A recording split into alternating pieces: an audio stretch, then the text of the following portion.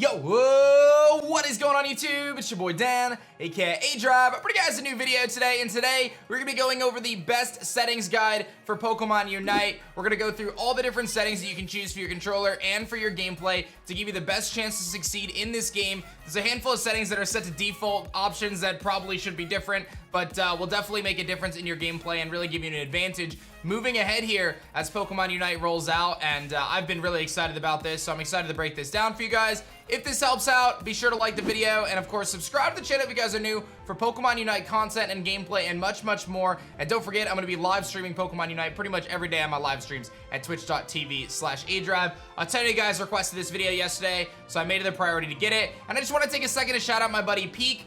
Peek is a top tier Greninja player in Pokemon Unite, and I actually got a lot of this stuff from him as well, so I don't want to leave that unnoticed. You guys can check him out. I'll have his link in the description as well, in the comments section below, or in the description below rather. So show some love to him. He's a newer channel, but the guy's incredible, and he's kind of one of my go-tos right now as I'm learning the game as well. So let's break it all down for you guys. The first thing you're gonna do is on the main menu, you're gonna press the X button. That's gonna take you to this menu here. You go all the way to the bottom, and the last option that my big head is covering is gonna be settings. And now you're gonna see your system settings. So there's a couple things we're gonna go over here. The first thing you wanna go over is your frame rate. A lot of people were asking me, how do you have your frame rate so high? Why does it display your frame rate? You really wanna get it to high. You wanna max out your frame rate. We're all playing on the same consoles, right? Nintendo Switch. You just wanna max that out. Otherwise, everything else here is pretty straightforward. You can either have vibrations on or off. I tend to think that in games like this, it's better to have them off. My controller doesn't have vibrations, so I just have them on right now. But I like to turn them off because I feel like it kind of messes you up.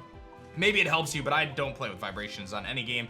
All this other stuff is pretty straightforward. It's really whatever works for you. Colorblind support, things like that. I haven't really noticed any sort of advantage by having those on, so nothing there. Now we're gonna get to the controls. All right, so the first one is the one where really this is up to you guys. I can't really tell you what to do here. You can choose one of these three settings, how you wanna lock on priority-wise.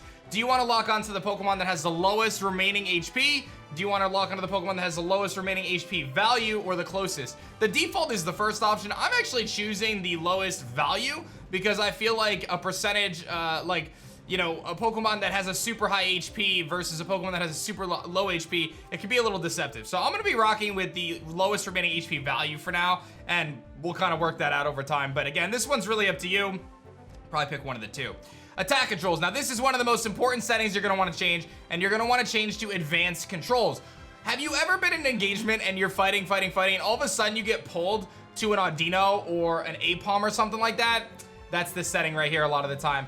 You want to be able to basically differentiate your A and your B on your basic attack primarily, and this is going to allow you to choose who you're attacking. So if you're attacking a wild Pokemon, you're going to be spamming A. If you're attacking an opposing Pokemon, you want to spam A. If you're attacking a wild Pokemon, you want to press B. You can still press A and attack a wild Pokemon, but in the situation of both, you want to get in the habit of kind of differentiating the two. And some of these controls, like I said, are going to be a little sketchy to get used to, but once you do, it's going to make your gameplay much improved. You definitely want this setting off because you want to be able to control the amount of auto basic attacks you have. And that's actually going to go to another kind of the next setting down, which is boosted attack gauge. And I'll actually show a little screenshot on the screen of what the boosted attack gauge is. So the boosted attack gauge allows you to actually visually see what number attack you're on. So for example, a Pokemon that I've been playing Crustle a lot, he has 3 bars, right? Essentially, or 2 bars in the final attack. He'll slash, and then he'll smash a rock, right? And that third attack, a lot of times for various Pokemon, will either do more damage, have extra effects, things like that. So you want to be able to track that. And one of the cool tips that I picked up from playing Unite so far is, like, let's say you're not in an engagement, you're not facing anybody. You can actually charge that boosted attack gauge, so that way when you do get into an engagement against an enemy Pokemon, the first time you hit them is that boosted attack, right? So you want to make sure that you have this setting off, automatic basic attacks, because if you're spamming the A, you don't want it to like over kind of attack, I guess, and then if you do that, you might lose your charged attack, and it kind of just puts you in a weird spot. So you definitely want to have the boosted attack gauge on, and you want to have automatic basic attacks off. This one's big. You want the lock on icon on. And again, I'm going to show you a screenshot here. This is a setting that I was not using yesterday that I think is going to be a game changer for me moving forward, and I highly recommend you have this on. If you are engaged in team fights or things like that, there's a bar that pops up on the far side of the screen, on the right-hand side of the screen, that's gonna show all the Pokemon that you could potentially be engaging with. And you can prioritize with the right thumbstick which one of those you wanna target. So if you're in a team fight and you wanna make sure you're hitting, let's say, an Eldegoss or a Slowbro or whatever it is, you wanna take down their support first, or maybe you wanna take down their squishy Pokemon first, or whatever it is, the lock-on icon will allow you to kind of target towards that a little bit more, and it can make all the difference in the world in your team fight. So highly recommend you turn this on. You may have seen some higher level players using it. I'm gonna be using it moving forward, and you can see on the screen the screenshot of what that lock-on icon does, but it'll show all the Pokemon generally, and when they're in your vicinity, they'll highlight, and then you can choose to lock onto them, which is a huge deal.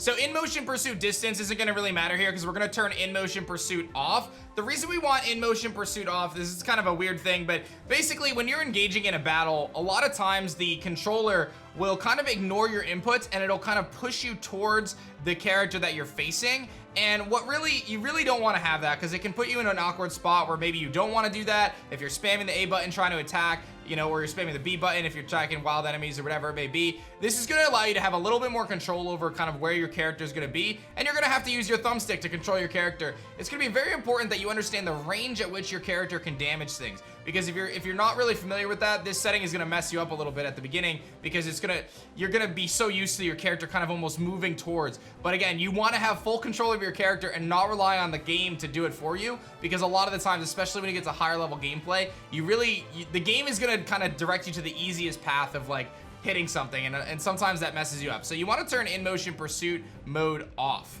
so that way you have full control over that and you're not getting pushed towards enemies when you're trying to hit your attacks. But again, important to understand how far your basic attacks can go and how far all your attacks can go, so that way you're not, you know, missing your attacks basically. Now for scoring controls, this is one that it's kind of tough. I'm gonna say you want to switch it to press button. I found that there was many times where you're holding button down and you get interrupted and then it doesn't work again, like it keeps getting stuck. Press button down allows you to spam that button, so that way you press it once and it's gonna start the scoring process. It's just a much better effect. Now I know that when you hold that button down, it's really epic and you're charging it up and you're getting excited about it. But again, there's times where if you get interrupted, it doesn't work when you keep hitting it again. So having the press button is just better. So again, very simple. Instead of holding the button down to score, you just simply press the button one time. It's a very good improvement. So next is camera follows moves. You definitely want this on. This works in a handful of different situations. Pokemon moves like Venusaur's Solar Beam that kind of launch off and kind of go off screen sometimes. The camera will pan slightly to move towards that move. And by the way, if you don't know, you can actually control your own camera pan by pressing the L button. That'll allow you to get a little bit of a free roam camera and kind of move your camera around. And we're gonna change one of those settings for that later. So you definitely want to have that. You definitely want move aim follows movement direction. This is big. Characters like ZERAORA, for example, you really want to, like, let's say you're volt switching, right? You're volt switching to get away, not to attack. A lot of times, if you don't do it this way, you'll actually volt switch backwards into the opponents. So I can tell you that I died a handful of times yesterday when I had this setting off and I was trying to kind of maximize the way I want to move. Again, it's all about controlling your movement. So you want your move aim to follow your movement direction. That just seems like a no-brainer, but you definitely want to make sure you have this one on. So this one, move aim snaps to nearby targets. So this really kind of functions, I can tell you, like Crustal's Rock Tomb. Some of those moves that really like kind of, you get the ground, like the kind of icon on the ground that you can move around and stuff. You're going to want to turn that off because, again, you want to have full control over this. You're going to want to use your thumbstick to control it. It's going to start it in the same direction that you're facing generally. So it's not like you have to move it extra far, but you want to be able to control this move target thing so you can lead enemies, so you can ensure that you're putting your attacks exactly where you want them to be. It's really important for unite moves, so that way you're not just kind of snapping right on the target, because there may be instances where you want to unite move somewhere else, so you want to be able to get out of a battle or disengage in a battle. So again, it really all comes down to being able to fully control your character and not having the kind of game automatically put you in places you don't want to be. So some of these controls, this one particularly, will take a little bit of adjusting, but I think it's a big change to make. Minimap position, this is really up to you. I keep mine in my top left of the screen. Move learning controls, I don't know if you guys realize, but when you get to certain levels for Pokemon, their moves ultimately level up, and you can control to which move you want to select and things like that. It's usually automatically set to the D button, left or right on the D button. So I keep this a single button. I think this is just easier. Camera sensitivity is a big one. You really want to turn this all the way up. It's going to be a little weird because you're going to notice that you're going to zoom all over the place. I mentioned pressing the L button to kind of pan away, but you want to have as much control over this and as fast as possible. So that way, let's say you're in a very tight situation, you want to see up ahead where the goal is, where the Zapdos is, or whatever it is, you can just zoom over there really quickly and get back to where you're at, right? Because you want to minimize that downtime. And we're also going to maximize our mini map shown so we can see our mini map as big as possible and see exactly what's going on there. We do not want to have any sort of confusion of where characters are. You really want to understand the positionings of where your teammates are, and also anytime you can reveal your opponent's teammates, you want to understand where they are. Positioning is so important in Pokemon Unite if you haven't figured that out yet, and that's the thing that I'm struggling with, is I keep putting myself in bad situations.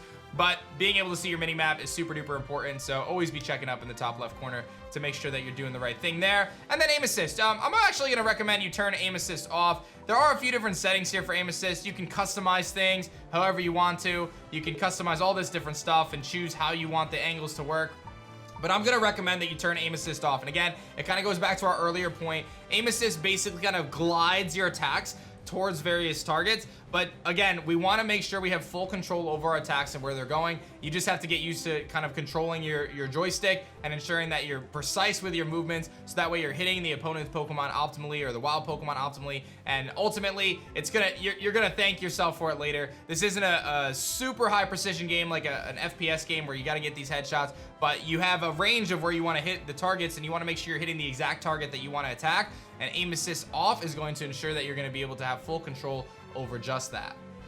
The next setting I want to mention, I actually haven't tested this myself, but I will say this came from Peek, and I think this makes a ton of sense. So the one thing I'll mention here is I did swap a few of my moves around. I actually put my Unite move on my R button instead of having it be on the other side of the controller. I moved my other move, so my move 1 and 2 are on the back two joysticks, LR and ZR, and that's really the only change. The reason why we did those moves and made those changes is because it allows you to, one, I think it's more comfortable while you're playing to have your two primary moves be on the top two joysticks as opposed to having to move your finger back and forth between the R and the ZR button. And the other thing is the Unite move moving to your bar button is very nice because it allows you to use your camera pan and your movement controls simultaneously, because you can actually move your joystick and your camera pan with the L button and press your Unite move all at the same time, which I think is actually a big advantage. Being able to see exactly where you want to go with that Unite move and really just have those quick, precise movements in gameplay to ensure that you're hitting exactly where you want to hit, when you want to hit it, and so on and so forth. So highly recommend this change. It's going to be something I'm messing around with today. It's going to take a little bit of learning because, again, so used to the default buttons, but it makes a ton of sense to me, so I'm with it. So that's about it for the button breakdown. Pretty simple stuff there, but I think a lot of these changes are going to make a huge difference in your gameplay. A few of them are absolutely crucial, and you're going to want to make sure you change. A little bit is going to take a little bit of learning curve, and I'll tell you, I'm sure going to have some issues kind of making the adjustments, but I know that the long run, especially as someone who's going to play this game a lot, those small changes are going to make a huge difference moving forward. I want to take a second to just shout out Peek one more time, guys. Great dude. I've been really watching his content a lot. Really excited to team up with him and learn a little bit more from him as we play. So I'll have his link in the description below. Be sure to like the video if you guys enjoyed it, and subscribe to the channel if you guys are new. Of course, for Pokemon Unite gameplay, I'll be throwing down live on my live streams at twitch.tv/aDrive pretty much every single day for Unite. So just be there or be square, my friends. Thank you so much for watching this one. My name is Dan. I also go by aDrive, and I will see you guys on the next one. On a side note, I said be there or be square, and my man Crustle is both there and square. That was good. I'll see you guys.